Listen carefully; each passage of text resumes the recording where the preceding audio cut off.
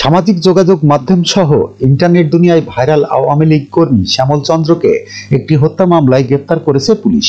মঙ্গলবার 10 ডিসেম্বর রাতে সুনামগঞ্জ থানার ভারপ্রাপ্ত কর্মকর্তা ওসি আব্দুল হাকিম আজাদ গ্রেপ্তারের বিষয়টি নিশ্চিত করেছেন। জেলার সুনামগঞ্জ উপজেলার জামাত কর্মী শাহাবুল ইসলামকে দেশীয় অস্ত্র দিয়ে কুপিয়ে হত্যা করা মামলায় তাকে গ্রেপ্তার করা হয়। শ্যামল চন্দ্র উপজেলার বামানডাঙ্গা ইউনিয়নের মনোমত গ্রামের মৃত নেপাল চন্দ্রের ছেলে।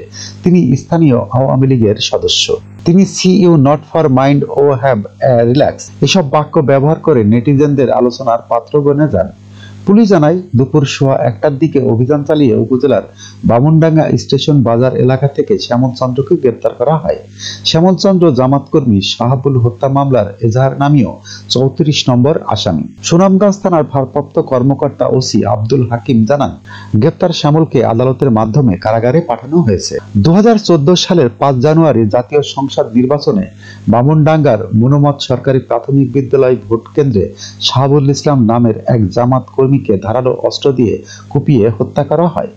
এ ঘটনায় 10.5 বছর পর নিহতের ছোট ভাই SM শাহজাহান কবির বাদী হয়ে 22 অক্টোবর সাবেক MP মঞ্জুরুল ইসলাম লিটনের স্ত্রী সহ 79 জনের নাম উল্লেখ করে মামলা দায়ের করেন।